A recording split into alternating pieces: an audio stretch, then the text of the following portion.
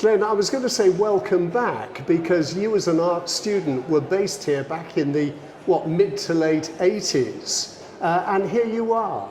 Is this the first visit since then? Oh, of course not. I come back regularly. I come to the Holburne Museum regularly, and number 1 Royal Crescent. They're both places I come out of London to visit regularly. Is it unusual for you to be showing in 2 galleries at the same time, 2 places? I can't. You've got me there. I think have I done that before? Possibly I have, but it's pretty unusual to have 2 museums sort of interested. And then what's interesting is that they simultaneously asked me to do exhibitions. They didn't conspire together beforehand.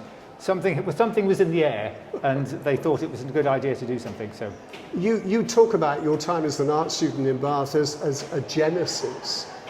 Can you honestly, hand on heart, say that what you learned, what you practiced in Bath all those years ago has really influenced your career? Yes, today I've met various people who have taught me, and I realise that they've all taught me very important things. And if you look at their work and how individual they are as artists, I've taken aspects of their work and how interested they are in particular subjects into my work. Colin Crumplin, for instance, who was head of the college at the time, his work is very much based on found images and brushstrokes and how they interplay with each other, and figuration and abstraction. You can see large elements of that in my work. And if you look at an artist like Michael Simpson, who was also teaching me at the time, his work is very dark, very romantic, very much dealing with death in many ways, and the idea of death and rebirth and technology and how the human fits into this strange technological world of ours. And you'll see a lot of that in my work as well, these sort of peculiar colours. So I picked up a lot of things from my tutors at the time. How would you describe your work?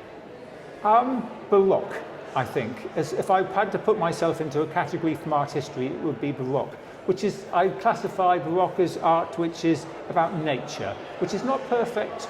Just like nature, it's twisted and bent by time, it's distorted. It's not wholly beautiful, it can be ugly as well, but fascinatingly ugly. Changing, metamorphosizing from one thing to another.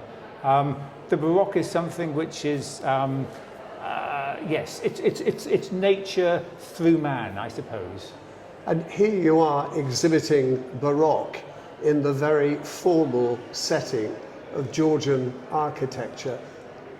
A deliberate intervention? Are you here to shock? Well, there are Baroque paintings in the Holburne Museum. There's sort of, yes, it is primarily, it's an 18th century collection of paintings, but there are earlier paintings in here as well, which are very much Baroque. And if you look at a lot of the artists like Gainsborough, for instance, you'll see a lot of Baroque elements in his work. Look at Gainsborough's landscapes. Look at the backgrounds in his figure paintings. The brushstrokes are almost too strong, or there's too much of a sense of movement about them.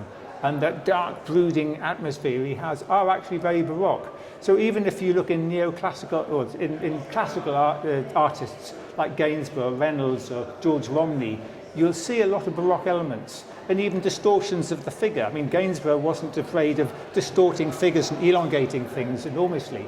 So the Baroque is everywhere. One final point, how do your interventions differ between the 2 places, between the Holburne and number 1?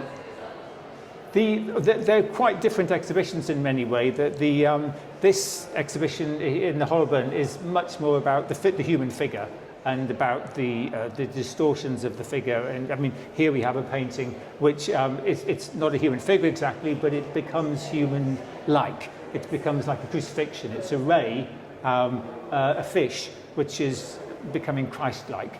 And most of the other figures are literally humans as well, but something becoming slightly plant or animal-like as well.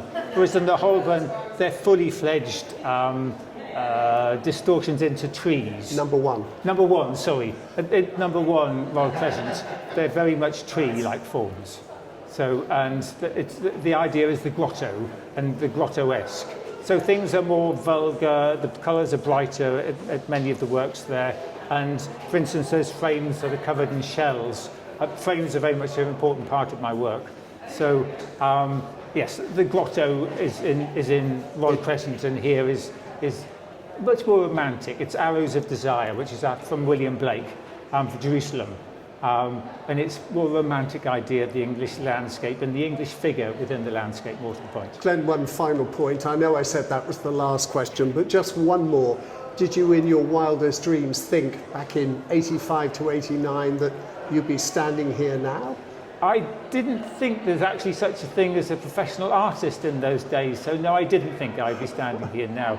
I thought that artists were something from the past.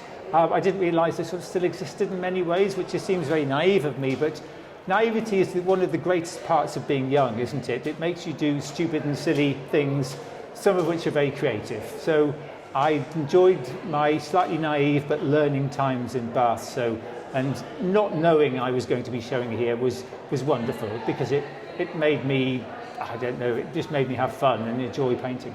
Glenn, thank you very much indeed, and every success. Thank you very much.